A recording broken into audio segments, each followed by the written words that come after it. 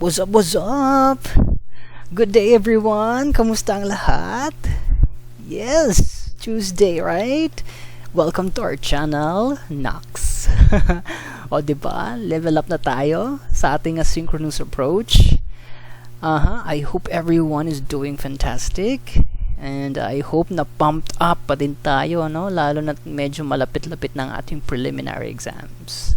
Alright, so for today, I'm going to discuss a very brief, maikling pagpapaliwanag sa ating Module 2 and 3, which cover a lot of terms and concepts. But nothing to worry, kasi nga, as I said before, I'll try to make it easy I'll try to make it easy to understand and relatable para sa inyo. So, ayun. Wag na tayo magpatumpik pa. Oh, dami nun ah. I hope you are all ready with our module number 2 titled Sources of Historical Data and module 3 ang External and Internal Criticism. Okay.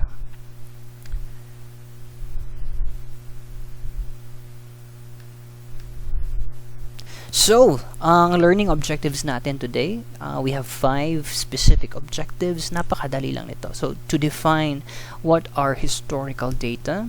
Number 2, to identify the written and unwritten sources of data. Number 3, to describe the different sources of historical data. To distinguish primary sources from secondary sources of data, and finally to differentiate internal criticism from external criticism. So I will be giving you a lot of examples so that you can understand these concepts and terms. Okay? Napakadali ng ating objectives, no? Yun yung mga gusto nyo to define, to identify, to describe, to distinguish, to differentiate. Okay? Wala masyado tayong mga vague concepts. So, everything is pretty much just parang identification lang ito, no? Okay. So, let us begin with the two important concepts pagdating sa history, the historical data and historical source. Okay, so when it comes to the historical data in a broad context, okay, look at the bold letters. It says it's a collected data o naipon na data about past events and circumstances pertaining to a particular subject. Okay, saan ba nanggagaling ang mga data na ito or information? These are the data sourced from artifacts that have been left by the past. Okay? Whereas ang ating historical source, aka the historical material. Okay? This is the original source that contain important historical information. Okay? So ano ibig sabihin nun? Ang historical source, it can be an object, it can be a material, an artifact na merong important historical information. Okay? For that historical information, we also refer that as the historical data.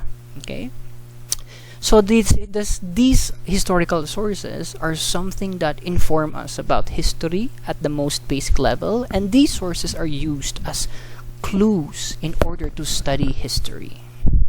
We have plenty of historical sources, no?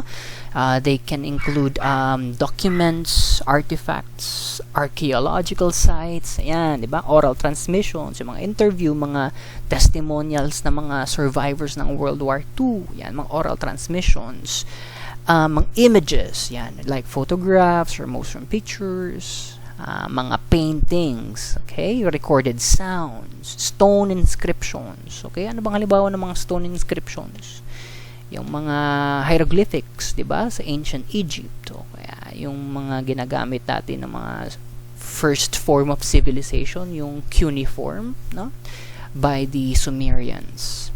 Now, even ancient relics and ruins, broadly speaking, are historical sources.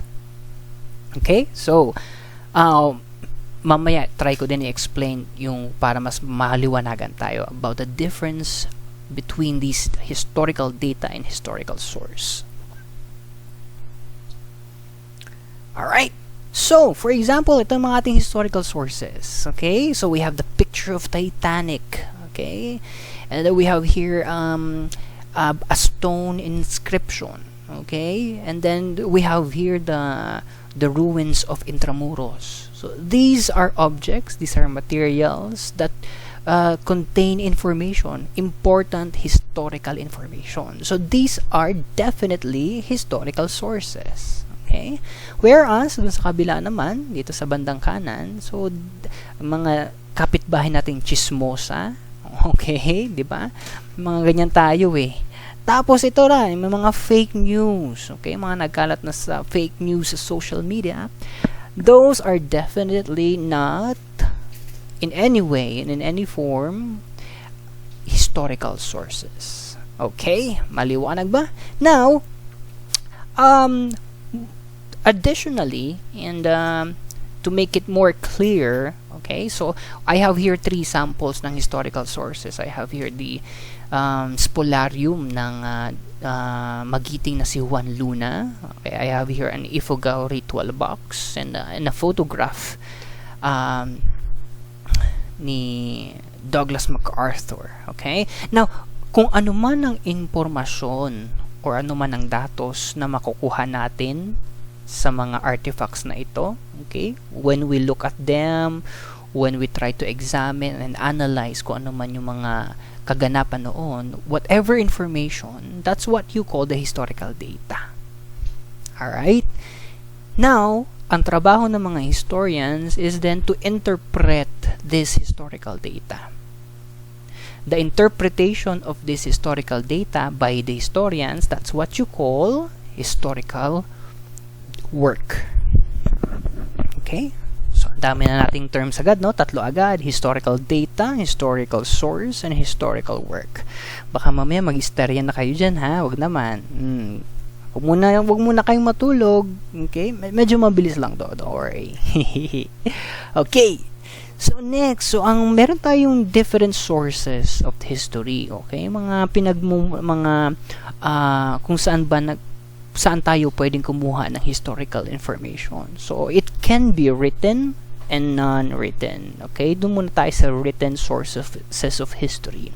So, they are categorized into 3. So, the narrative, the diplomatic, and social documents. So, naka-line out dito. Okay? So, pinaghiwa-hiwalay ko siya para maunawaan natin ang differences ng bawat isa. So, kapag narrative, obviously, narrative form siya, okay, no? But with the main objective of imparting a message, okay? Pero depende din sa type of narrative magiging motive niya. For example, newspaper article, okay? Yung mga dyaryo ng nakaraan, they are a source of history. But majority, newspaper article is written to shape other people's opinion. Right? Okay? Sometimes they are also written to persuade.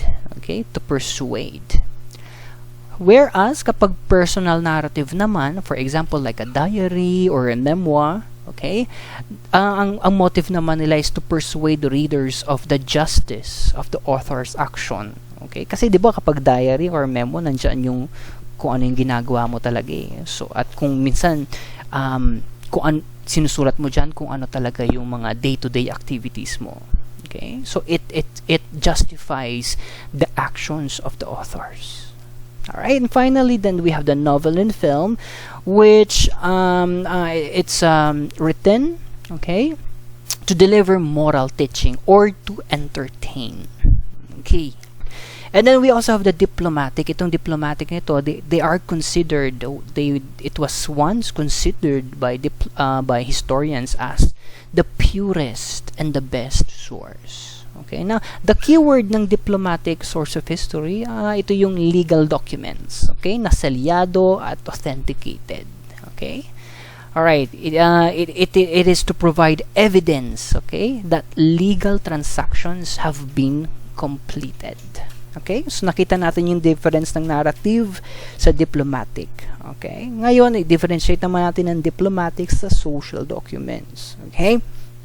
Pagdating ng social documents naman, these are the records kept by bureaucracies. Okay, like government reports, research findings, civil registry records, property registers, records of census. Okay? So, sir, pwede ba yun? Yung diplomatic, pwede siyang under ng social documents? Actually, hindi eh. Kasi kapag diplomatic, ang isang main feature din yan is tinitingnan din kung pirmado yung dokumento na yun, no? Pirmado siya. At selyado at authenticated. Yun yung keyword pagdating sa diplomatic documents. Okay. Maliwanag tayo dito ha. Written sources of history and its 3 categories. Now, pagdating naman sa non-written sources of history, dalawa lang sila. Okay? Ito yung material at oral. Yon, okay? Material at oral, madaling tandaan. So pagdating sa material, ito yung tangible, okay? Also known as the archaeological evidence. Okay, ito yung pottery, mga jewelry, dwellings. Ano bang example ng dwellings? Yung bahay ni Jose Rizal na naiwan, na nakatayo pa ngayon, di ba? Dwellings yun. It's a source of history. Okay? Yung sa Las Casas de Azucar sa Bagak, Bataan, kung napuntahan nyo na yon, although nilagay lang doon yung mga bahay, okay, yung iba doon ay preserved, yun yung mga dwellings, mga tinirhan ng mga sinaunang tao. Graves, churches, drawings, paintings, okay, yung ating simbahan dito na San Ildefonso, punong-puno ng history yan. Okay? And then, ito, kabaliktaran naman ng material, syempre yung oral. Okay? Ito yung mga naipapasa verbally. Okay? Mga tales or kwento, saga, folk songs. And for present day, may tuturing natin na oral evidence ay yung tinatawag natin mga interviews. Okay? So again, ano ulit ang ating mga sources of history? Ito ay pwedeng written or non-written. Okay, pag written, ito yung narrative, diplomatic, and what's the third one? Very good. Okay, the social documents. And then kapag non-written, ito yung material or very good, oral evidence. Alright? Ito naman. Okay, so yes, na-identify na natin yung mga kinds of written and non-written source of documents. Okay, paano ba natin nalalaman kung ito ba ay original, ito ba yung nauna, or baka ito naman ay kopya lang?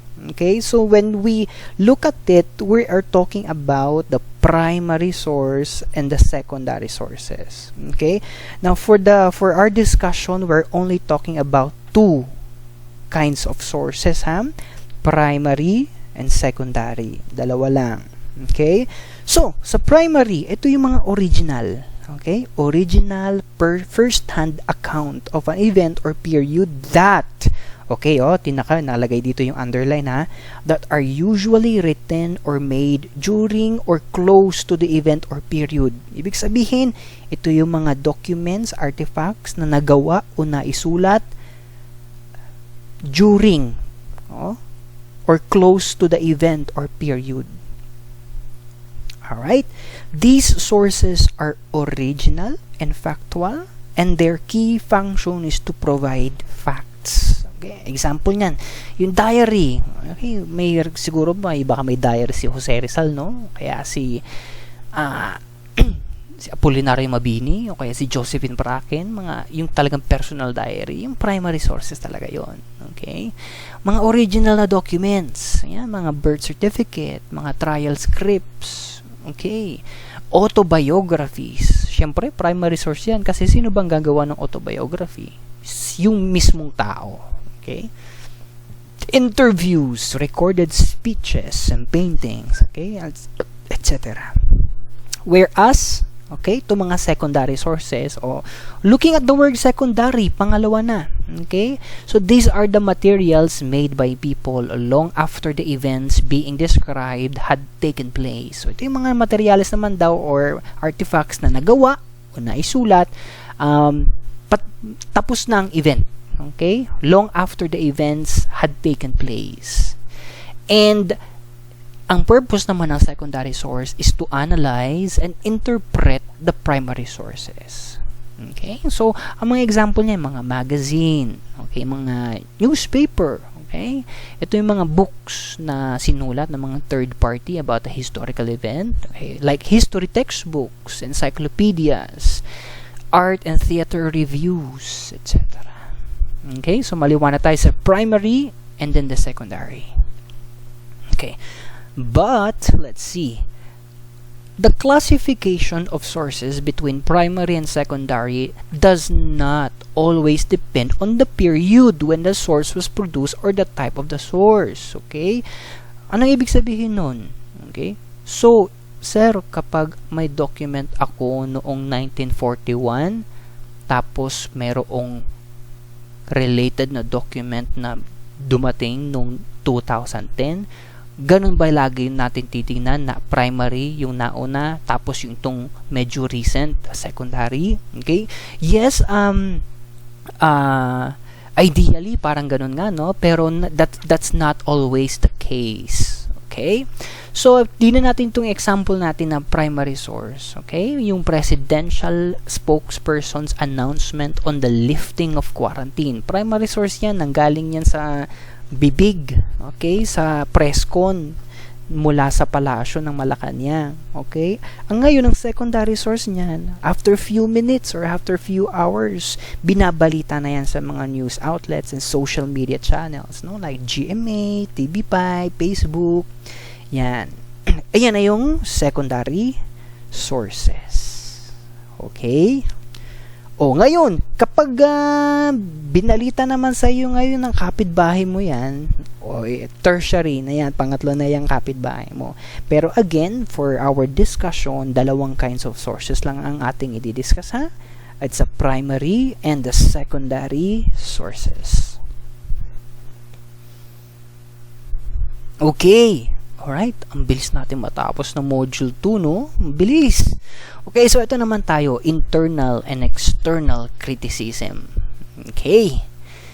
Now, pag naririnig natin ang salitang criticism, medyo parang hindi kagandahan, no? Parang ang negative, no? Kasi pag naririnig natin itong word na to, parang, yeah, that's negative. Pero, when it comes to historical sources, criticism is such a crucial job that is done by historians para ma-establish ang credibility and truthfulness ng isang document. Kaya sinasabi dito, when examining a source, okay, anong source ang tinutukoy natin dito? Yan, very good, historical source. When examining a historical source, a historian must, okay, must, okay, hindi siya option, ibig sabihin must conduct internal criticism and external criticism. Okay?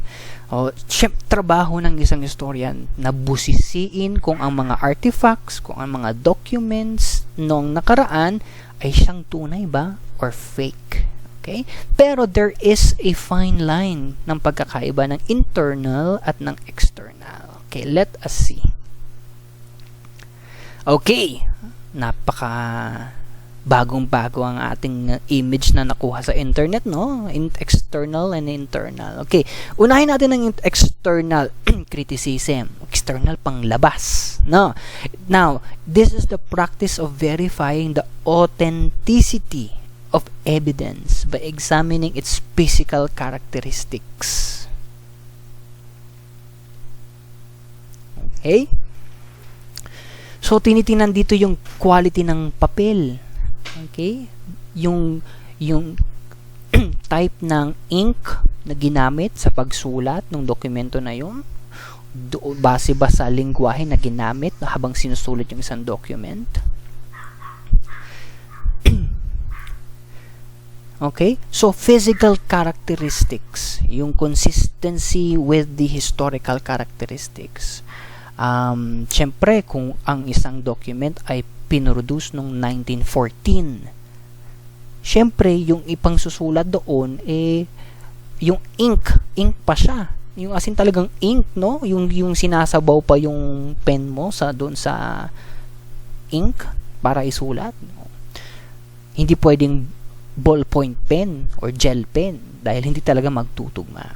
So ang primary question natin ng mga historian when they are doing an external criticism is, mukha bang totoo o tunay itong document na ito? O yung parang ganyan na magiging question. Yan ang angulo na magiging ng mga historians when they are doing external criticism. Okay. On the other hand, internal criticism. Okay? Ito naman yung panloob. Okay?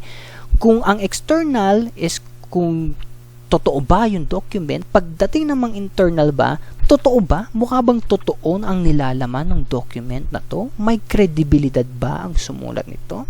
Okay? So, ine-examine niya yung truthfulness and factuality of the evidence. Na? It looks at the content of the source and examines the circumstance of its production. Okay? Oh, naka-underline yung circumstance of production. Ano bang ibig sabihin yan, sir? Mga circumstance na yan. Ibig sabihin yan, bakit ba sinulat yan ng author? Okay? Or bakit niya ginawa ang document na yan? Okay?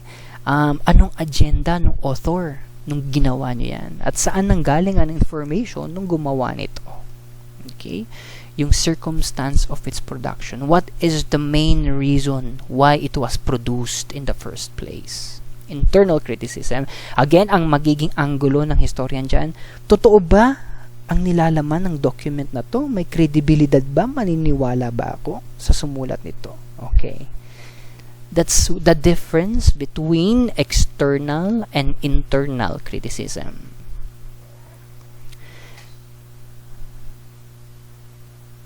Alright. Example ng internal criticism. Okay? For example, Japanese reports and declarations should not be taken as historical fact hastily.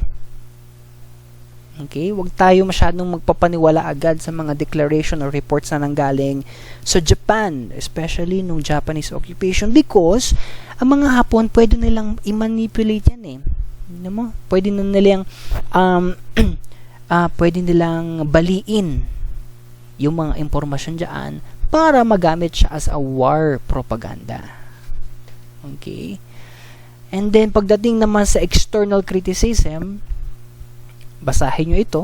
It says here that about half of all the paintings in the world are believed to be fake. And in the Philippines, the number could be higher. Okay? Ibig sabihin, maaaring madami tayong nakikitang painting na pare-pareho naman, mukha namang maganda, okay? Pero kapag nabusisi mo, nakita mo yung kind of ng pintura na ginamit, yung medium na ginamit, malalaman ng historian na ito pala ay fake, no? Using external criticism, especially like for example, yung fake painting ng Spoliarium by Juan Luna. Nasaan ba original niyan talaga? Okay? Yung sa National Museum ba, totoo ba yun or fake? Okay?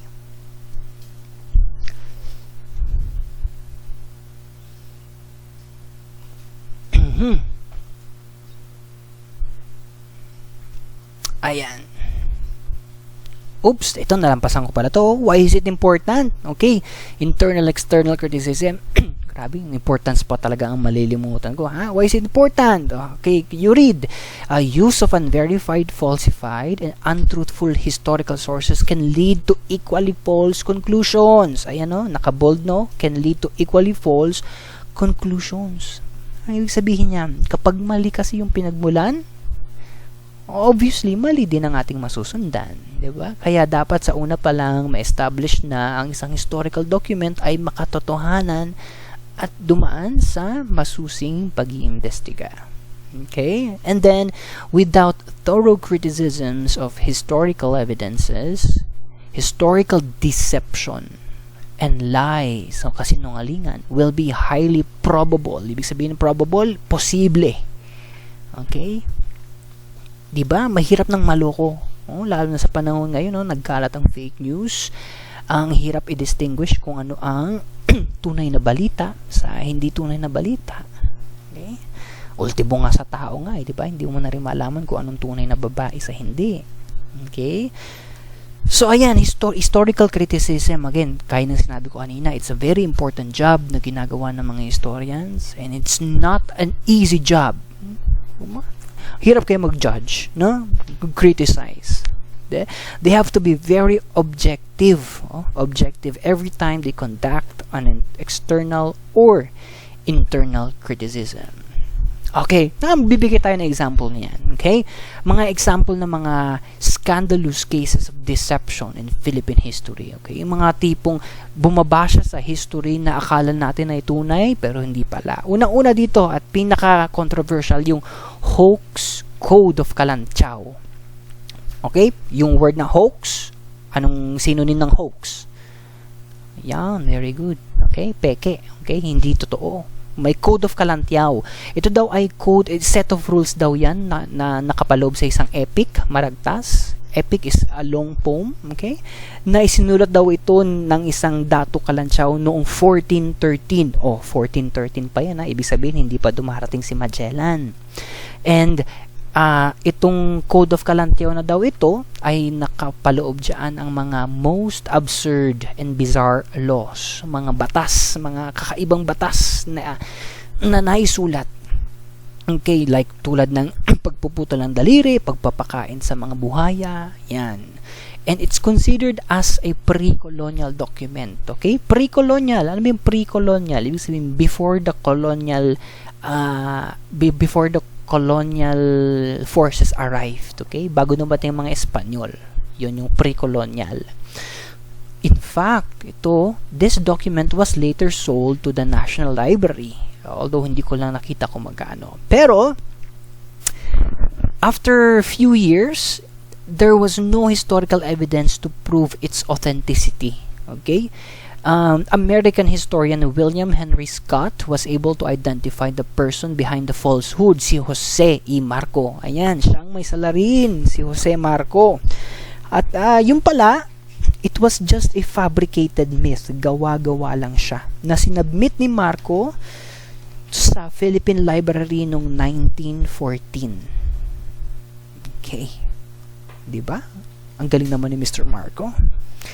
And then lastly, ito naman, isa pa itong example, okay? Na noon daw ay Marcos, he claimed himself as a decorated World War II soldier. Ano ibig sabihin ng decorated? Okay, hindi ibig sabihin poging-pogi na sundalo, no? Ibig sabihin siya daw ay maraming natanggap na awards, na mga medalya, na achievements noong World War II bilang isang sundalo. Na siya daw ay nanguna ng isang guerrilla unit na ang tawag ay Maharlika. Okay, naririnig nyo rin ngayon kasi parang napopropose din ni President Duterte yan, Maharlika. Ang kagandahan nito, si Marcos nakapag-provide siya ng medals. Proof of his claims. Pero, okay, meron tayo niyan. Inimbestigahan to ng US government, syempre kasi sila ang involved ng World War II. After repeated investigations by the US government, they concluded that no such unit existed during the World War II. Walang Maharlika na guerrilla unit ang nag-exist noon. Okay? At si Colonel Manriquez at si Adjutant Captain Rivera, sila yung mga commanders ng 14th Infantry na sinasabi daw ay naging servant ni Marcos. They attested, sinabi nila na si Marcos hindi talaga sundalo, but was a non-combatant and a civil affairs officer. Okay? So, meron kasi mga historical textbooks na nagsasabi that Marcos was a decorated World War II soldier, but it was refuted not only by these two people, Manriquez and Rivera, but on a bigger picture, it was refuted. It was denied by the US government.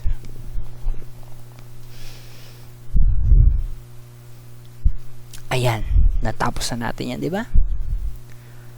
Alright! Bilis, no? Bilis ng module 23. Pwede na tayong mag-prelims next week. Okay, so I hope na I was able to make it easy for you to understand the terms and concepts ng ating module 2 and 3. Again, module 2 is yung ating historical data, okay, and historical sources. And then module 3 is all about internal and external criticisms. Okay? Kapag may tanong, just feel free to message me via Facebook Messenger, or we can also discuss it on our next synchronous meeting. Okay? All right. Thank you so much. Again, I'm very happy na I was able to make a way to discuss this for you and not just let you to read the module by yourself. I hope you learned a thing or two for today. And I just wish everyone to be safe and healthy. And I hope to see you very soon. Okay? So that's it. Maraming salamat. Thank you for watching and thank you for visiting my channel. Bye-bye!